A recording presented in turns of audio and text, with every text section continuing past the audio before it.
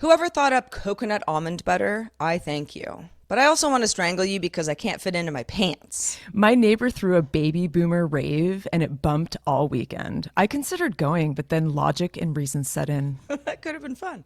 Last week I went to the dentist, the optometrist, and the dermatologist, and I didn't even get a medal. Never underestimate the giddy thrill of a drive-through car wash. Have such a good day.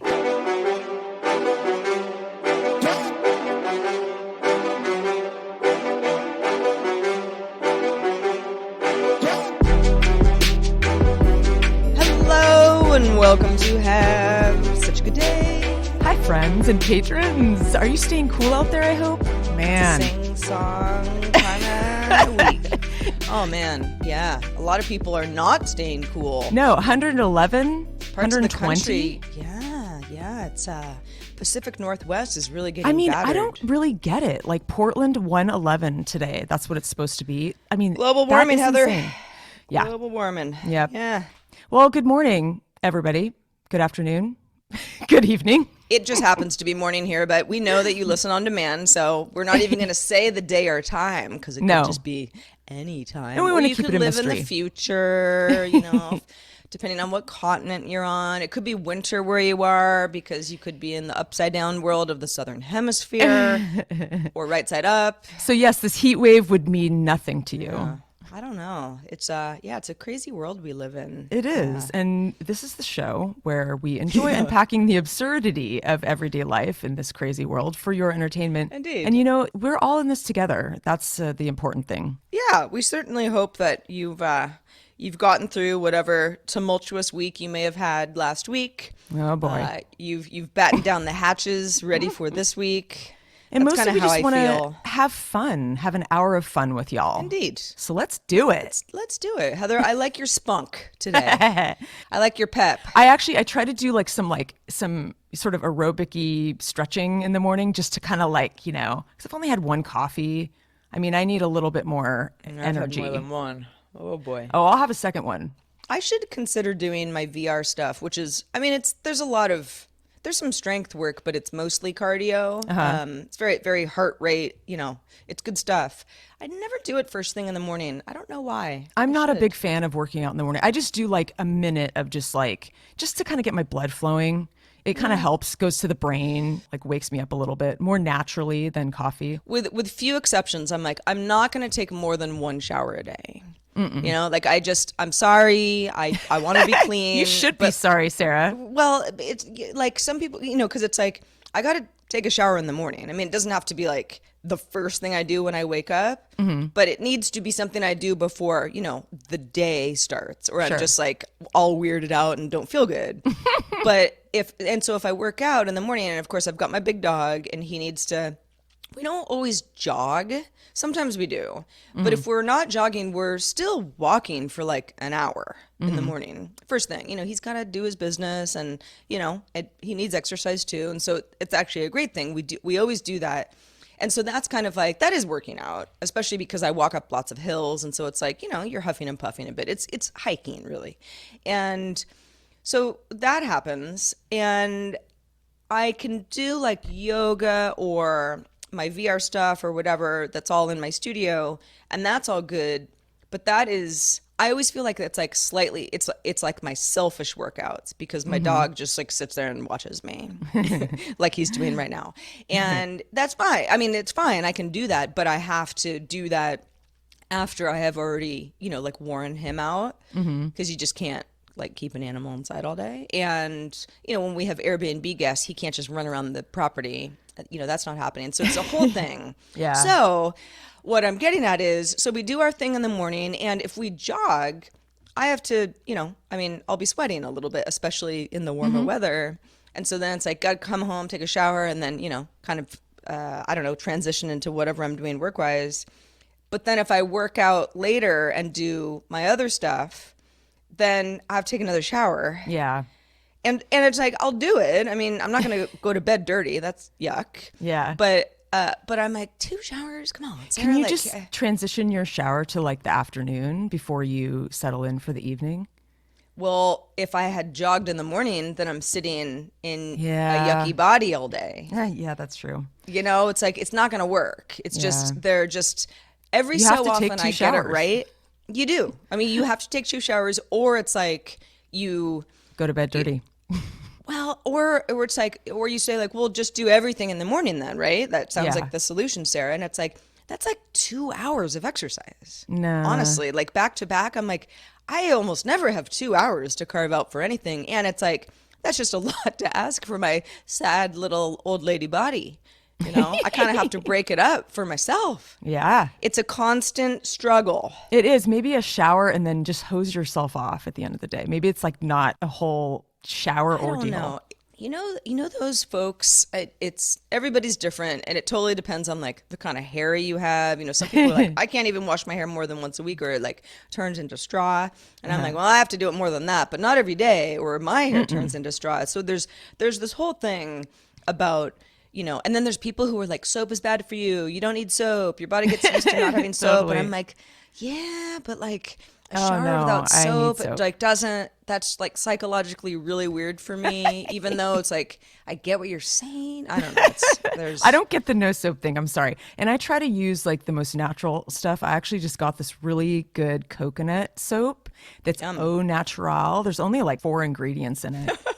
I'm not going to do no soap. I draw the line. yeah, it's a whole thing. But yeah, I feel like, and it definitely depends on the temperature, but like when I'm doing good and I'm in a rhythm and I definitely get that runner's high, whether it's running or anything that's heart Cardio. pumping stuff, it's Yeah. like feels really good, and sweating out feels really good and I'm into it. I'm not shying away from that feeling, but afterwards it's like, I mean, I have an hour tops before, the shower has to happen. Like even if you were to change your clothes, it's like, no, the skin is still, no, Yeah, I'm not I into that can't, either. can't be done. I just feel, ugh, I can't Yeah. even talk about it.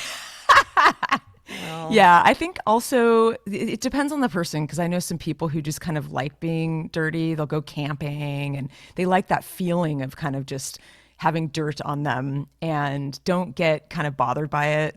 And I'm not that person. I maybe was that person when I was younger, but I don't know if I mind the dirt so much. I mean, if I was like muddy, that would be like, okay, I got to take a shower kind of thing.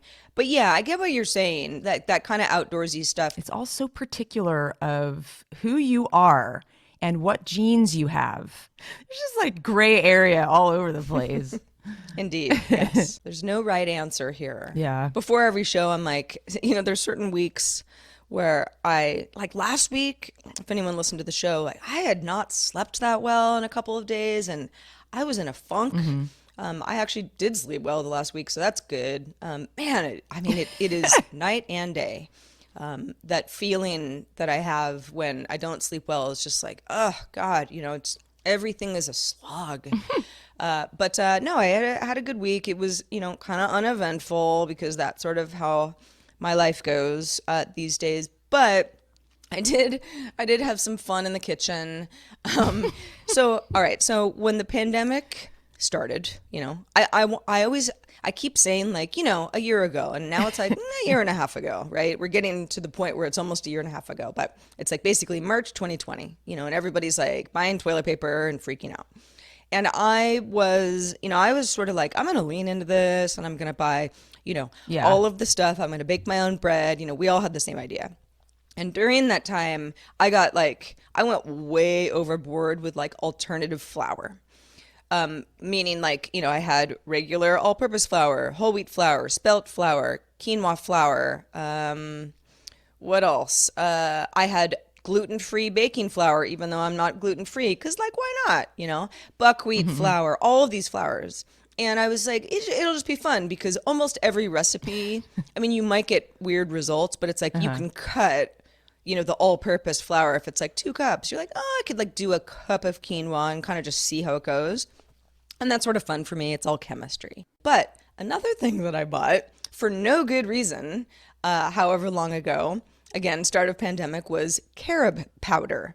Now, for anybody who's not familiar with carob, it is often used as a chocolate substitute. It's sort of a sweet, I mean, I don't think it tastes at all like cocoa powder, which is obviously, the basis of chocolate, but it can be used in baking and as a dessert, ingredient, and it has an interesting flavor of its own. It comes from a carob tree, blah, blah, blah. And it's actually quite sweet. If you were to like have like a little, teaspoon of cocoa powder, you'd be like, ooh, I guess there's like some chocolate essence, but it's not sweet at all unless you sweeten it. Carob actually is. So what it is for a lot of people is a baking alternative if you're trying to either keep the chocolate that goes into some sort of recipe down or replace it altogether.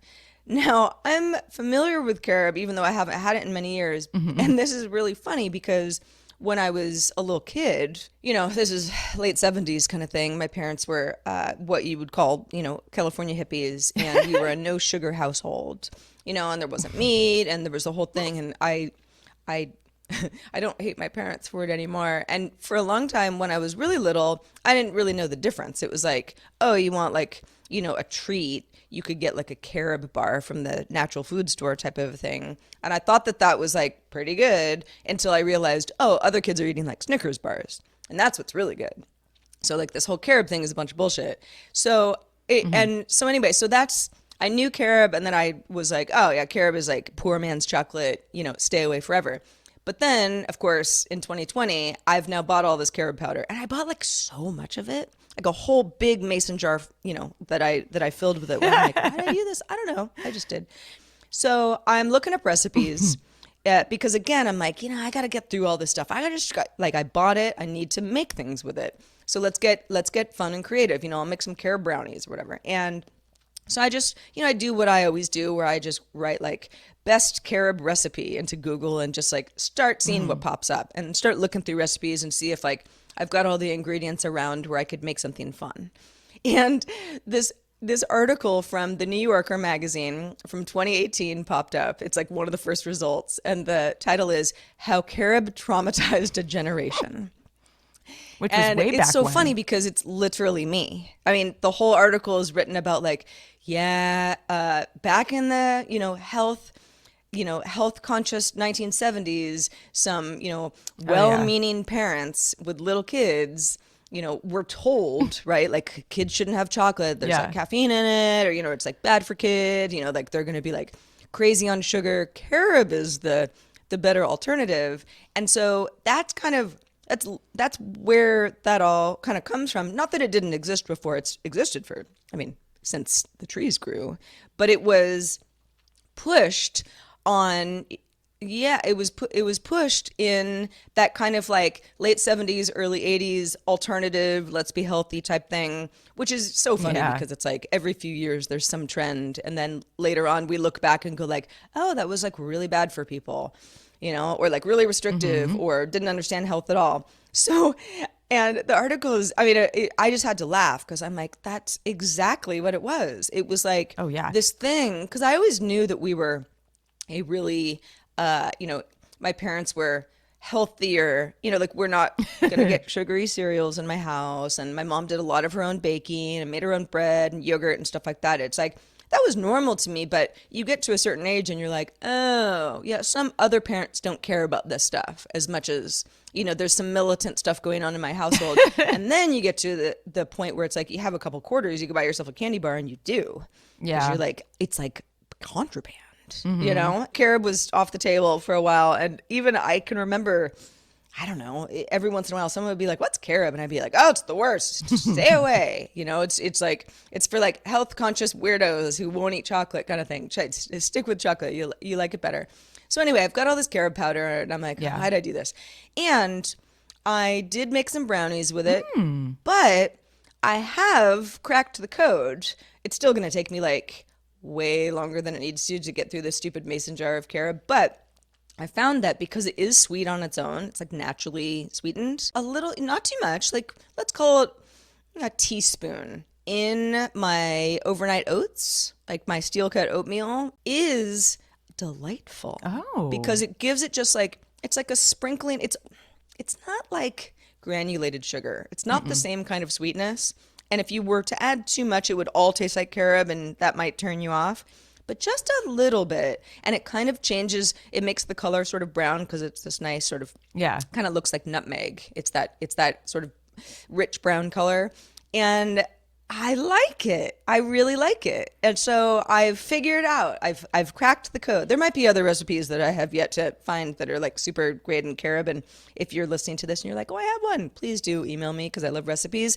Hi at havesuchagoodday.com.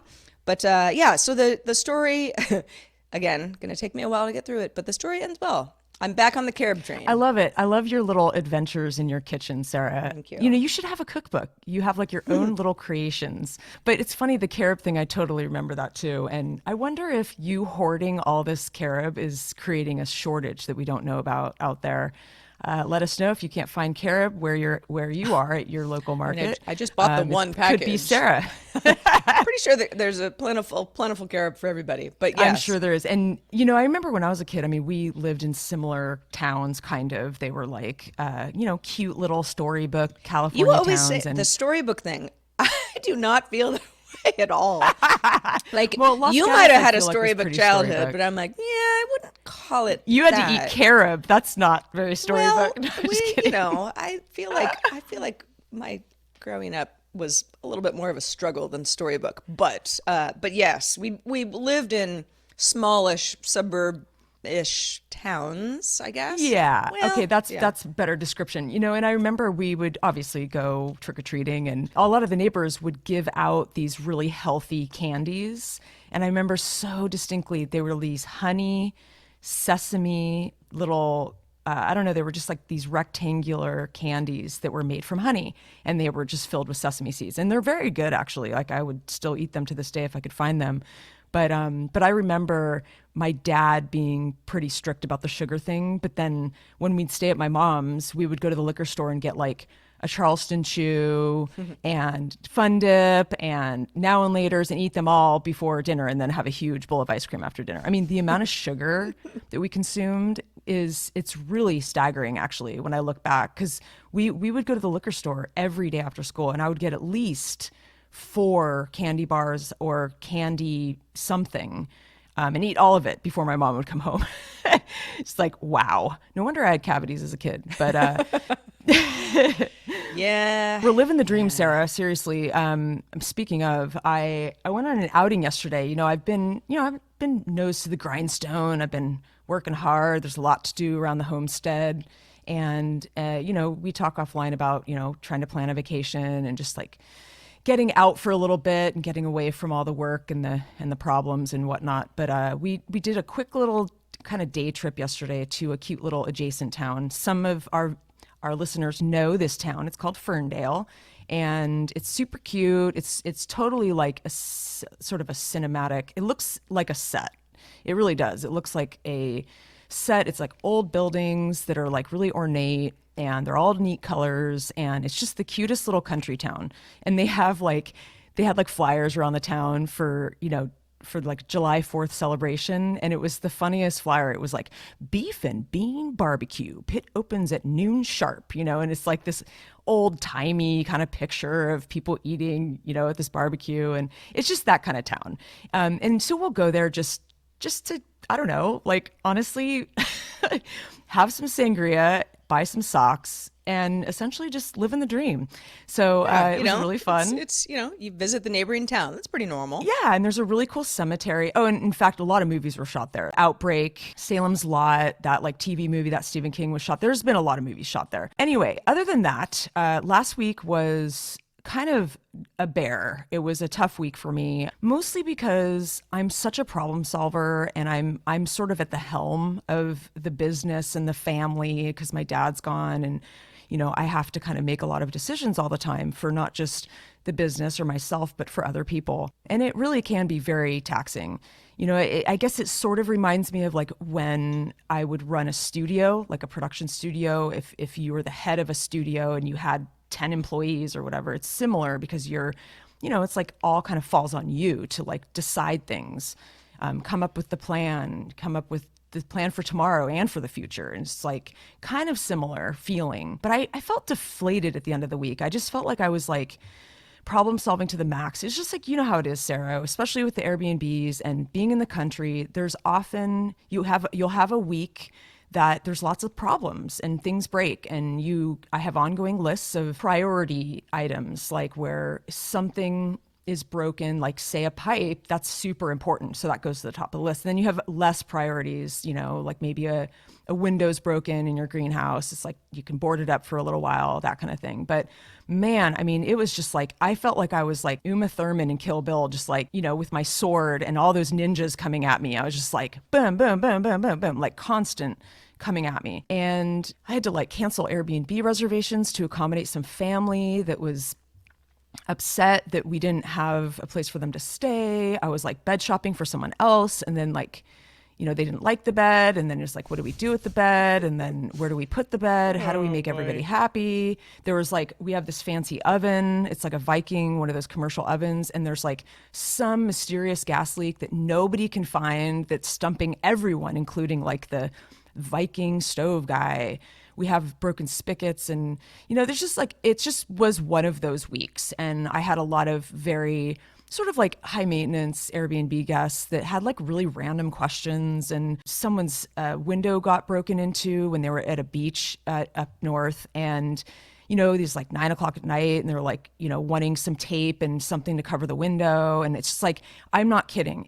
Sarah, you would have like, your head would have exploded. It was crazy. And I'm not asking for a medal here, but I sometimes feel like I don't really get a thank you or a hug, or like, I don't know. It's like, I'm not really expecting like kudos or anything, but it just felt kind of thankless. Like, I just felt like I was like, I don't know. It was a lot. And I really hope that this week does not have a similar vibe to it. But then I thought, you know what?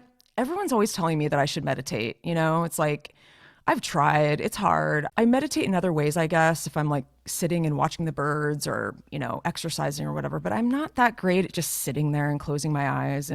But I really needed to just like be alone and take a break from everybody. So I closed the door to my office, and I had this one project. I have a lot of projects that are just like piled in the back of every room, and I'll get to them in my list or whatever of priorities.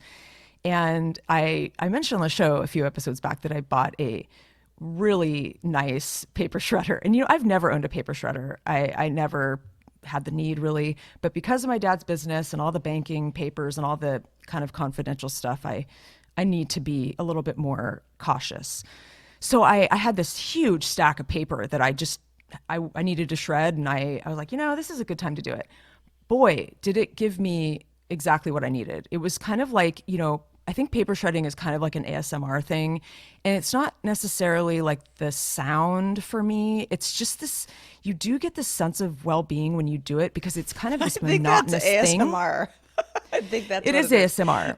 It is ASMR, but for me personally, I wouldn't say that it's the sound so much for me, because that's partially what ASMR is like that sound, but it's like that satisfying feeling of getting rid of something for good, and it's like gone. It's like a physical thing, and it's like, bam, it's out of your life. And I went through a huge stack of paper, and jammed it, like put too many papers in there and had to like reverse it and do this whole thing. But I did it for a couple hours, and I felt pretty good after. So I just wanted to throw that out there to people who kind of can't sit and be chill and that do like legit meditation. There are a lot of other things out there, a lot of other really unexpected activities that can kind of, I don't know, just relax you a little bit. Oh, yeah. So hopefully that's a helpful life hack tip. There you go. I mean, I'm a as little paper as possible household.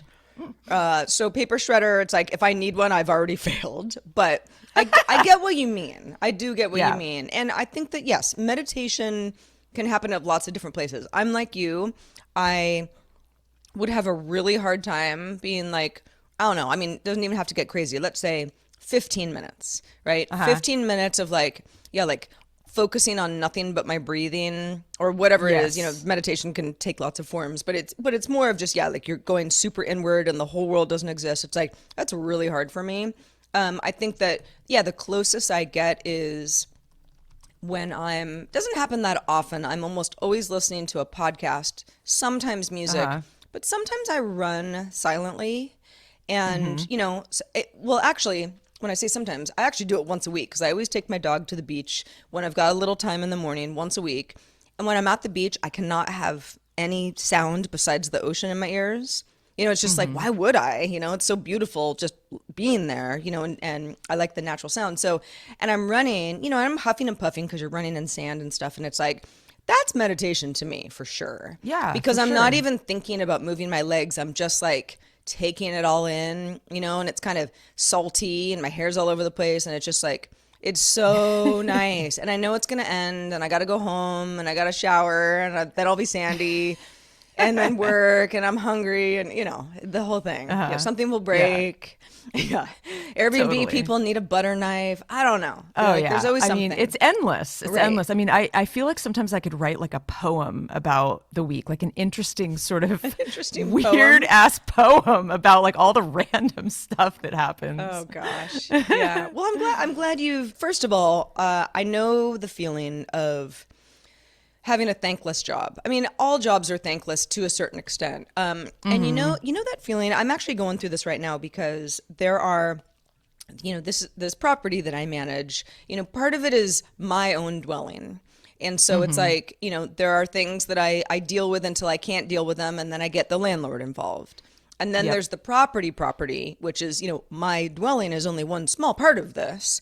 And that is what I actually do manage. And getting the landlord involved is like emergency time. Oh It's yeah. kind of my job to figure out stuff. And when everything's working, turnkey kind of stuff, it's a decent amount of work. And, I will not go into this because I just don't want to be a broken record about like, meh, meh, meh.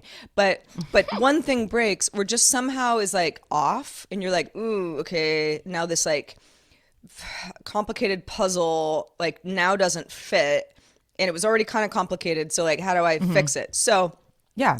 and it's actually did happen this week, and I'll get to that in a second. But yeah, there are times where I sometimes will fix little things, and I'm like, I feel satisfied because I'm like, okay, I fixed this issue, but like no one knows that I fixed it because I'm not. I don't want to be one of those people who's like checking in every 5 seconds, like I did this, I did this, I did this, but because and I think that we've all either if you think about just like the traditional workforce, it's like sometimes you're the person working under someone where it's like if they don't know what you're doing and all the details, then they might, somehow be convinced that you don't do all the things that you do. Yep. But if you tell them every little, piece of, minutia, then it's like you're kind of like, and look what I did, and look what I did. It's like Yes, you want to sort of be exactly. self-sufficient, but you also want people to know how hard you're working and like Yeah. the little things you're doing behind the scenes. And I do feel that way here sometimes because I'm like, I don't want to like raise the alert for every little thing that I've figured out, but that also took me a few hours, Yeah, and absolutely. yeah, some of that stuff is ongoing. In fact, I was I also do sound like a broken record when I talk about my plants, but I'm so sorry because I love my plants so much. I mean, you gotta They're your take love where you kids. get it. They are my little kids. I got my dog, I got my cat, and then I've got my plants, and I really care about my plants. I'm trying to nurse a parlor palm back to health after frying it, which was really stupid. It was totally my fault. I just didn't think about I don't know, the way that the sun changes in the sky when you get close to the solstice. But anyway, so my palm it's gonna be okay, but it's like not gonna be okay really probably till next year. But we're gonna get there. But so my indoor plants are kind of one thing. And I've got this. Do you know what a Dracaena plant is, Heather? You probably Yeah. do. Yeah. So there are lots of different kinds, but one of the most common, especially as an indoor plant, is I always call them Dr. Seuss plants. They kind of have these like thin, kind of spindly trunks, and then like a big tuft at the top. I And love them. yeah, and they're great. And I have one. It's my favorite plant. It's totally my child that I've had for going on 10 years now. And I've never even repotted it. I mean, it's in a big pot, but it's like, it has been through, I mean, 5, 6 different apartments. I don't even know. Like, it once like seemed so dead after being like super hot in the back of a moving truck for like more than a day. And I was like, oh my God. And I brought it back. Like it is my little warrior. And the plants, when they start, because they'll grow really tall and they like want a lot of light but like not too much direct sun, because you got to take care of them. But in general, if they're happy, and they're well fed and everything, they just want to go vertical. But and I happen to have high ceilings where I live, but like if it was like a regular, like, I mean, what's like, like general non-high ceilings, like what, 9 feet, something like that, just your average kind of like, oh, okay, it's a ceiling. It would be hitting the top of the ceiling if I lived, somewhere with lower ceilings. And I'm kind of looking at it like, yeah, I mean, I like the height, but I wonder if it doesn't need to be pruned a little bit, because it's going so high, but it's not really going out. And it was starting to, like the branches or the trunk, the stems, whatever, are starting to get really thin at the top. And it's kind of looking a little like, where you're like, ooh, gangly. I've got a gangly plant. So I haven't wanted to prune it because I don't want to mess it up, because I love this plant so much. So, I looked at like so many YouTube tutorials, because there's a YouTube tutorial for everything. And everyone says like Dracaena is not hard to prune, and you can propagate, meaning that, what you prune can then be repotted and you can give it as a gift or just have 2 plants and it's going to be good. Like this is like one of the easiest plants to do this with. And so I did that over the weekend, and like I literally was like holding my, my clippers. I have these like strong clippers that I got at the hardware store, and I've already looked at like, okay, I'm going to do this branch, and this branch, and I'm going to leave the other ones because I don't want to go too crazy. I don't want to over prune, and I'm still like holding it and going like, okay, 3, 2, no, I'm not ready yet. 3, 2, because I'm like, because once I do it, it's done. You're like giving it a haircut. I'm giving it a haircut, but I'm so worried that like, oh, was that just like not the branch to cut, like totally overthinking it. Anyway, it's all done. I like dipped the cut off pruned branches. Oh, it already looks so much better, by the way. I did not need those like weird vertical tufts at the top, but I've got them. I put them in a little like growth hormone, and now they're in a glass of water, like in my windowsill. It's so like, cool. Yeah, you're like, is this really gonna work? And it's like everyone says, yeah, after 60 days you'll start to see roots. Then you can plant them, and then you have like 2 plants. I'm like, oh my God, that's amazing. That's like the next level, because I have my gardener does that. She is always bringing over, like succulent starts. I mean, that's like her thing. It's like she takes, pieces of other plants and just like propagates them. And I mean, it's like you're getting to the next level, Sarah. Yeah, it's really cool. And I, not going to work with every plant I've got, but there are a couple other plants where I'm like, that might benefit from this as well. And I've got a mandevilla plant that I have to overwinter, and I've never overwintered anything. So it's like, oh my gosh, I can just go so crazy into it. But going back to the thankless part of all of this, because again, like these projects, like the project I just described is like, that was just, I don't know, like literally no one will enjoy this except me. But that's cool, because I'm just, trying to find little projects in every corner. And but the property itself is a cacophony. What's that word? Cacophony of just like, I mean, it's plant mayhem, and in a really good way, but in a, oh my gosh, this has to be, constantly monitored way. And I know your property is very much the same. It just will never end. You never get to the end where you're like, okay, now everything's great, and it just stays great. And we have this irrigation system where there's like a variety of stations, and there's timers and the whole thing. And, it's all, more or less working. But we've had this heat wave recently. And I'm noticing, especially like there's these, I mean, we have like so many hydrangea plants, and some of them are in those big sort of like wine barrel pots, huge.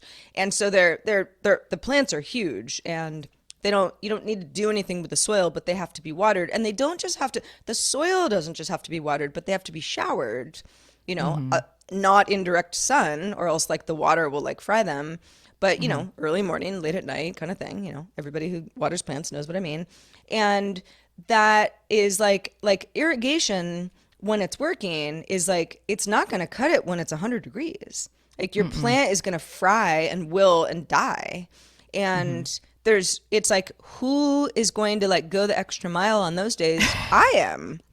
There's Yeah. no one like, am I going to ask guests like to like water the property for like 2 hours? I mean, there's like many different stations to like deal with. And no, I mean, I'm not going to ask guests to do that, although who knows? I mean, maybe somebody would want to, but I'm going to assume no, right? They just assume that that's all happening, but it falls on me. And I was doing that the other day. We were sort of like, a group had left, and then the house cleaner was doing her thing inside, and I was watering everything outside, getting ready for the next guest, where I'm like, I'm just going to like douse all these plants because it's going to be like upwards of a week before I really have time to like walk through the property and like, stand outside a window, like do all these things that you don't want to do when people are in there. Yeah. And I'm looking at the weather, and it's going to be real hot today and it's going to be really hot tomorrow. And I'm like, I got to do it again. And I'm just going to have to tell these people, hey, while you're here, you're going to want the plants to look as good as possible also. And in order to do that, I'm going to have to do some watering, and I'm going to be I like, think they'll understand. I do I too. think, like, And yeah, I'm not too worried about it, but I'm kind of like, yeah, I don't even remember doing this last year. I think I didn't, and the plants just sort of suffered because of it. And I just have to do it. And it's, no one's going to say thank you. They're only going to Oh, say, no. like, oh, it looks like shit if I don't do it. Oh, I'm telling you, I'm the landlord. I'm the whatever. I do everything, and I have to like direct everything. And it's like I end up watering everything. I have a gardener that contributes, but she's on other jobs on other properties too. So it's not really her responsibility. It's mine. And so, I mean, we have like many different big gardens. Like we have this berry garden that is like the one that needs the most attention because I hate watering out there. It's like there's a lot of weeds. I always get like this rash from the strawberry like leaves, and I just don't really like going out there. Anyway, I'm seriously considering like cutting back on the garden because of the drought. And, we don't have irrigation because we're on well water. And so there's just something I'm still learning about the whole water situation up here, but yeah, I have to learn about that. Like I have to understand how the water works. I mean, I'm a city girl. Like this is totally new territory for me. It's also kind of hear ya. interesting, but it's like there's this whole filtering system. We have like a pump house, all the things. And I mean, we have so many different spigots and hoses. I mean, we must have 10 to 12 different hoses like around the property. Oh, yeah, And here I can't too. keep up. Like honestly, it stresses me out because I'm like, oh, I just spent an hour watering, but I still haven't watered there, and there. And then I think of that one like hydrangea or heather plant that like we just planted. And, plants always need a lot of water when they're first planted because they have to establish themselves. And then I'm like, oh no, that one's going to die because I haven't watered it in weeks. And then I can't do it. I'm done. I'm fried. Like, it's Yeah. not a big deal to water. It isn't, but it's time consuming. And I honestly think it's partially why I have tennis elbow because I have to like unkink the hose with my left arm. And I'm constantly like, it's like the way I'm using my arms, it like strains them, Yeah, especially the amount yeah. of watering I'm doing, Yeah, and there's some repetitive motion. I'm Yeah. totally with you. I actually repotted a bougainvillea over the weekend, and I, gave it some fertilizer, and I'm just like, every time I walk by, I'm like, how's it doing? And it's like not going to be a completely different plant for like a little bit. Like it's just like it doesn't just become its former self overnight. It takes a while. You got to be patient. But I'm still just like, come on, come on. I did my job. You do your Come job on, baby. now. Come on, baby. Yeah, exactly. I know. And the thing is, I think I said this on the show before, but I used to, like the first year I was here, you'd see all the blooming and you'd be like, oh, it's paradise. It's a Disney movie. It's amazing. But it doesn't stay like that all the time because then winter comes and things die and things will stay dead unless you deadhead them. Like flowers will, like some of our hydrangeas, the flowers are still dead from last year and they're just sitting there and it's like ugly kind of. And my dad used to always say, oh no, it's not ugly. You have to really respect every stage. You enjoy even the flowers that die. And I was like, okay, I'll try. I'll work on I that. mean, and he's right. It's true. Like He you, is. you have to embrace the seasons and know, like be like, oh, look, like this tree is just like shedding everything, but it's going to be so beautiful in April when it starts to bloom again. But there's so much, especially like the thing I hate most is the cutting everything way back so that it grows back happy in the spring. Yeah, like Because it just, deadheading, yeah. and last year I remember when it, it had finished blooming and it just sort of looked like it just really needed a little love. The landscapers cut it almost down to the stump. And I remember when they did it, I was like, oh my God. And the guy was like, don't worry.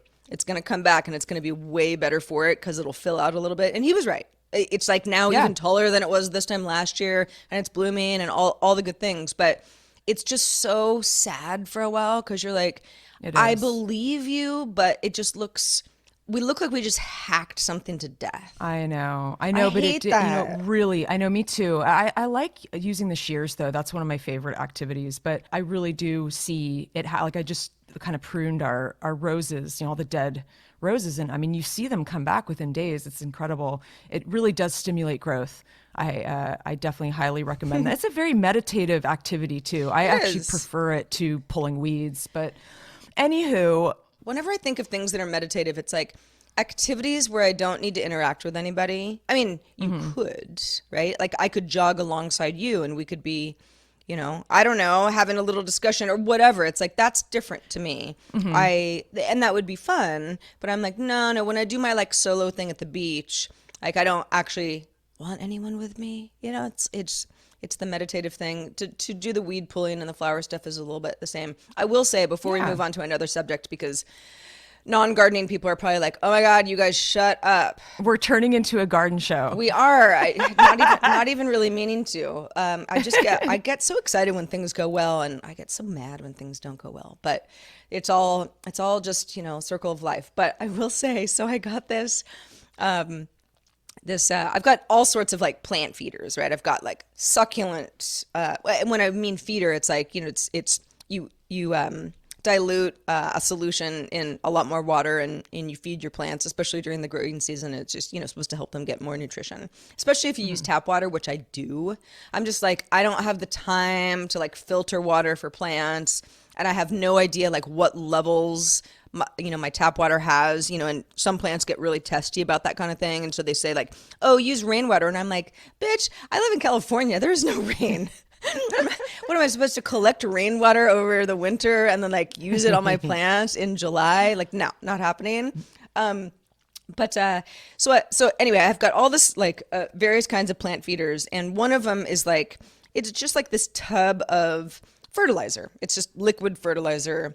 And I had, I got it at the store and it was like all purpose, makes flowers like twice as big, like when you really want to get granular, it's like you look at like phosphate levels depending on the plant. And I was like, no, I just need the all purpose fertilizer because there's only so much I can do. And so I open it and I was like, whoa, it was a stink bomb. Like it's total like liquid manure. It is literally. I mean, that's, not far off. It's like mildly stinky, but like it's fine. I mean, it's what plants want. Well, guess who likes it? Otis the dog. Otis. Oh yeah, for sure. So at first, like I opened it and it was funny because he always like stays close when I'm doing, outdoor gardening stuff, but he's not particularly interested in the hose or, soil or plants themselves. He's just like, well, whatever. You're just like doing something. As soon as I opened that thing and he was just like, oh my God, cookies. And so I caught him like licking the container and I'm like, stop that. No, I mean, I don't know if this is good for you or not. I mean, it's probably kind of like poop, but like, no, like what if it made him sick or, I don't know if it's toxic to dogs.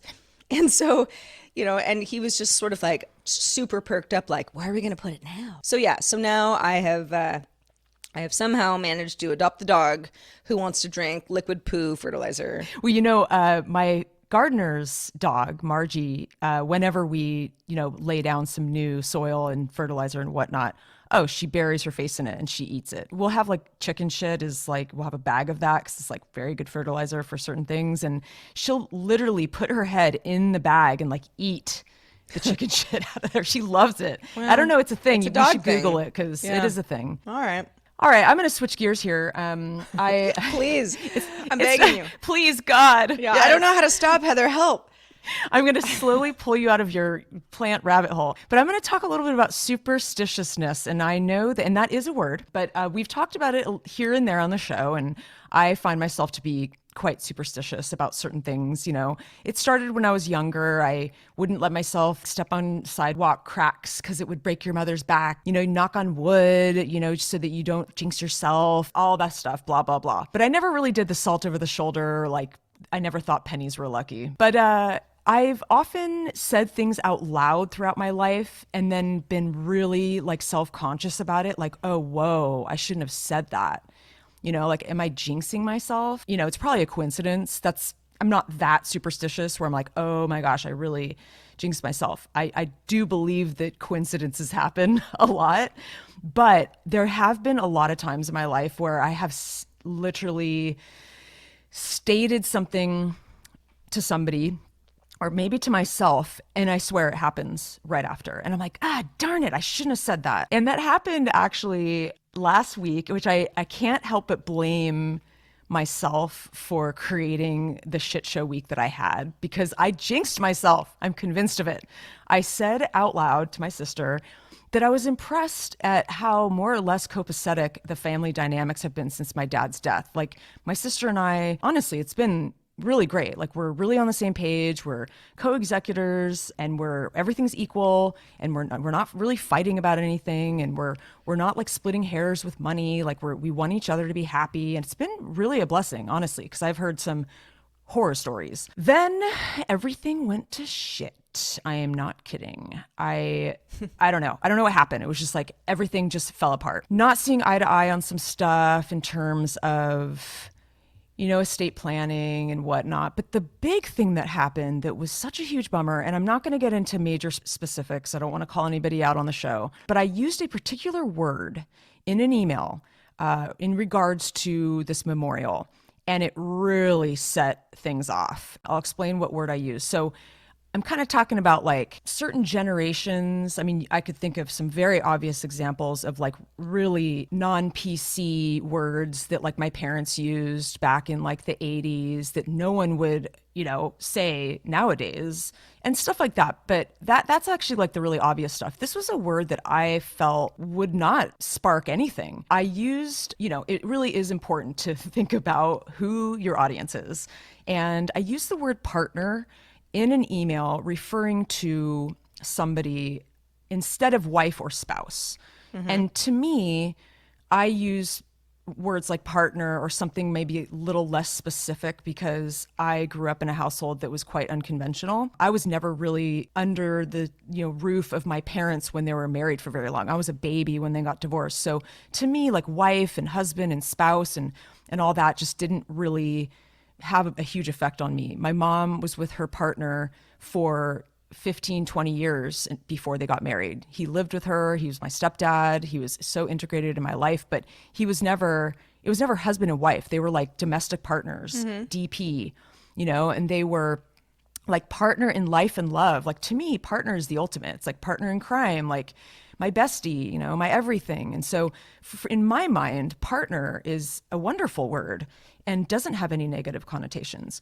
But to somebody maybe from another generation took total offense that like that is not a strong enough word to describe what I was to this person. And so it turned into this huge thing, and it was a huge bummer. And I don't know if we quelled the situation. You know, I had to kind of some fallout. I had to kind of like write another email and just like explain myself, and that, you know, I wasn't being malicious by using the word partner. But, you know, then I realized down the road, malicious. Usually these kinds of things. I think this is a person who just wants to be mad about something. I mean, come on. I mean, oh yeah. I don't care what generation 100%. you're in. It's like, you've heard partner.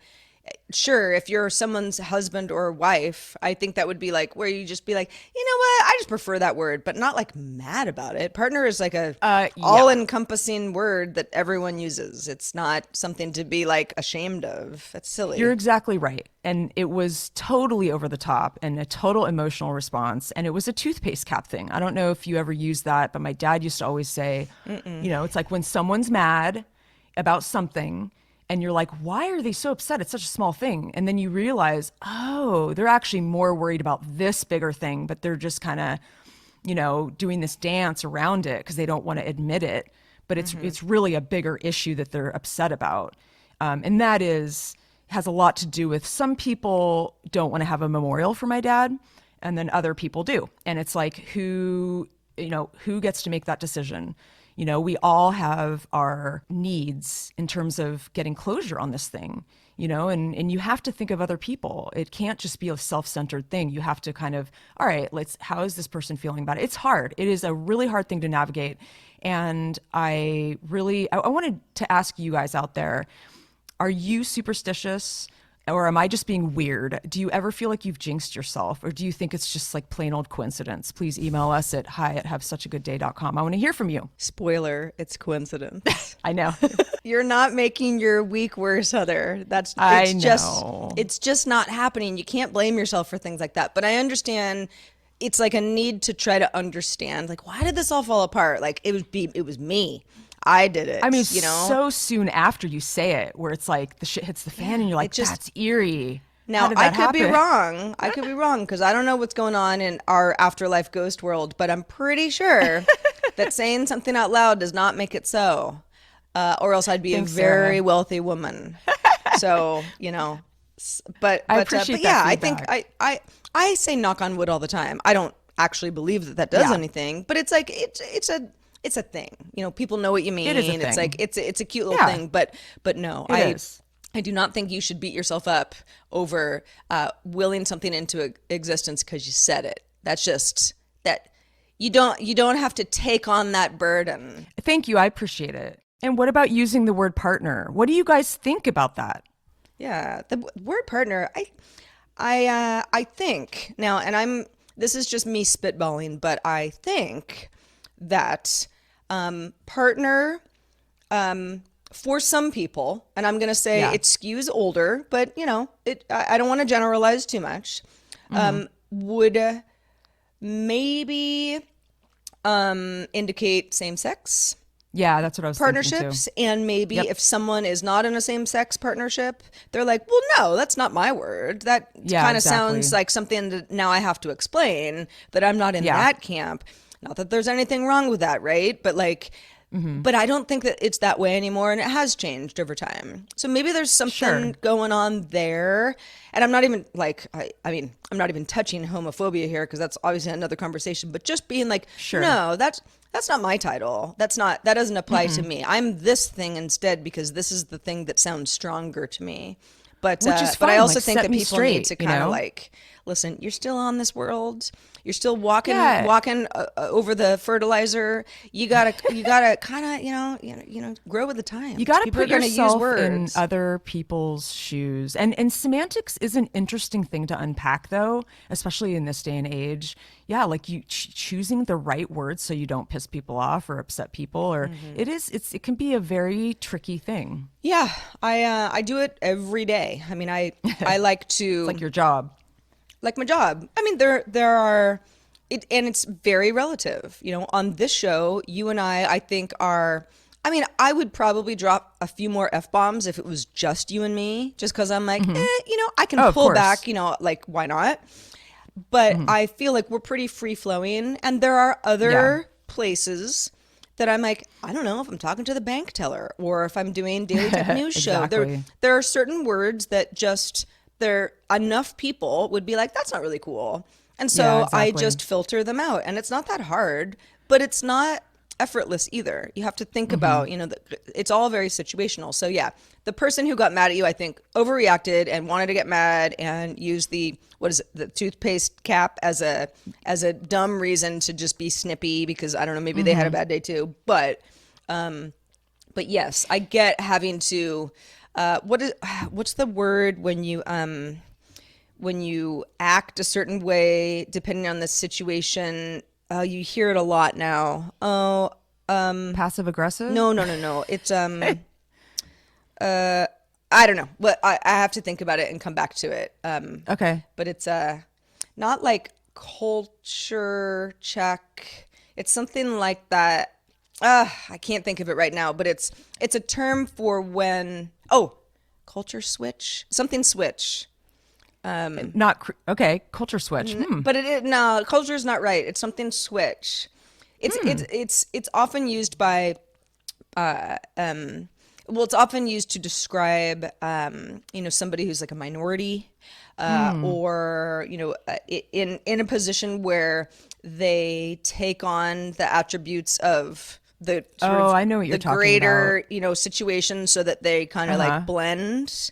Yes. And not just minorities, but a minority situation, not necessarily race, but that sort of thing, where it's God, I don't know why I can't think of it. I don't know. I'm having a brain fart. I had too much tofu for breakfast, but You had tofu for breakfast? yeah, I had some leftover. Kind of back on a tofu thing. Nice. Yeah, I mean, with the right seasoning, it's just delicious. Oh yeah, good marinade. I like marinade in my tofu. Well, on that note, Sarah. Yeah, we've thrown a lot of stuff at you in the show. I mean, we're nothing if not consistent, right? But we do want to hear from you. We really do. We love getting your emails. We'll read one in a second. Hi at havesuchagoodday.com. But also just want to remind everyone that we're an independent little broadcast over here. It's just Heather and I, and we survive. Two-woman crew. We survive off of your direct support. If you would like to directly support us, well, first of all, everybody who is on Patreon, thank you so much. You mean the world to us. If you'd like to consider directly supporting the show, it gives you an ad-free feed, and we try to give people some fun perks. Or talk to us in our Discord and all of your fun friends who are in there week after week. We love y'all. But to learn more is the URL, because I am not a robot. Patreon.com/havesuchagoodday. Thank you in advance. Oh yes, thank you so much in advance. Yeah, so we love your emails, and we often try to share them on the show. We can't get to all of them because we get so many. We did get an email from Ron. He was referring to the firsts in life that I was talking about after you lose a loved one kind of thing. So he said, I know the year of first can be challenging after the loss of a loved one. I love that you had your dad's obit published on Father's Day. You mentioned how much you love the ritual of picking out a card for your dad, and I wanted to suggest that you should keep doing that on Father's Day. Pick one out, write to him, and save it. I didn't think of this. My therapist suggested I do something similar for my late husband's 50th birthday several years after his death. I did, and it felt really good. This is a great suggestion. I love this, and I am going to do it because I think that it will help me in a lot of ways. And I'm my condolences to your loss. It's hard to really relate until you go through it yourself. But any kind of little ritual like that can do wonders. So I really appreciate you writing in about that. That's so nice, Ron. I love that. So nice. I tried to, when I read Ron's email, and it's so perfect for you, Heather, because you like to do things like that. You're very much like physical gift, put some glitter, or like put like cute things into something that like you made for somebody. Like you've always been that way. You're good at that stuff. And I think it would be, it's like it's therapeutic for both parties because very therapeutic. You feel good, it's this thing. It's kind of like how, I don't know, when you're trying to get through something, or there's some closure that needs to happen. People will say, write it down. You don't have to send it. The person doesn't have to read it, but it's like you get it out of you, at least in some form. And then put it in the paper shredder, and then it's it's all good. There you go. God, I should really buy a paper full shredder. Cycle. Yeah, you really should, just to get some things off my mind. But yeah, man. But yeah, well, that's awesome. Thanks, Ron. And again, hi at havesuchagoodday.com. Please do send those emails. We can't tell you how much we enjoy hearing from all of you, because you brighten our days. We are not two women in a vacuum. Although sometimes it feels does that seem way. like that sometimes. It does, yeah. We're like, God, are we the only two people in the world that have had such a bad day today? Hence the birth of our podcast. Yeah. Somebody actually, it was cute, in another Discord that I'm in, somebody had mentioned something about the show, Heather, and they called it "Have Such a Wonderful Day." Which I was like, and I was like, oh, it's "Have Such a Good Day," just because it's the acronym. I mean, sure. it's not "Have Such a Wonderful Day," but I like that too. I do too. It's so cute. I mean, maybe when our lives get like we're living our best lives, and we can like do like a 2.0. We can version. bump up the superlative. It's just be like, exactly. Have such a like, oh, what's it like? Yeah, I don't know, like fabulous. Yeah, have such a bomb day. Boom! Bomb ass diggity day. That's right. Actually, speaking of, we love we can't stop talking about how much we love our listeners. But on iTunes, we have like 5 stars from so many reviews, and we so appreciate that. So if you guys haven't written a review yet and you do enjoy the show, please do. It does help broaden our audience and get the word out to people who don't know we exist. And we want everybody to have such a good day, a wonderful day, a bomb-ass diggity day, whatever day you are looking for. And listen, if you haven't had such a good day, hey, you're in the right company. We know it's just sometimes it's a slog. Sometimes you have just the best day. I mean, I jumped out of bed today and I was like, this is gonna be a great Monday, because I often just feel like a little buried on Mondays. Yeah. And okay, so spoiler, this is Monday. Even though I said at the beginning of the show, we try to keep it super secret. Come on, Heather, don't tell them which everyone. day we're recording. Right. So fine, it's Monday, but nothing bad has happened yet. But like, I remember last Monday, and like there was an internet issue, and like right around this time, I was like, oh my god, like why? You know, so it's like just hang on, everybody. Right and left. Just hang on. Yeah, hang on tight. And we'll be back doing this next week. This was episode 106, by the way. So next week, for anybody who's like math challenged, it'll be 107. and it'll be an excellent, wonderful, we're here for you. bomb-ass diggity. We'll count for you. And and Discorders, let's chat. We'll see you there soon. And lots to chat about. Indeed. For everybody else, always. Thanks for listening, as always. And let's do this all again next week. Until then, I will remain Sarah. Oh, and I will be Heather forever. Have such a good day.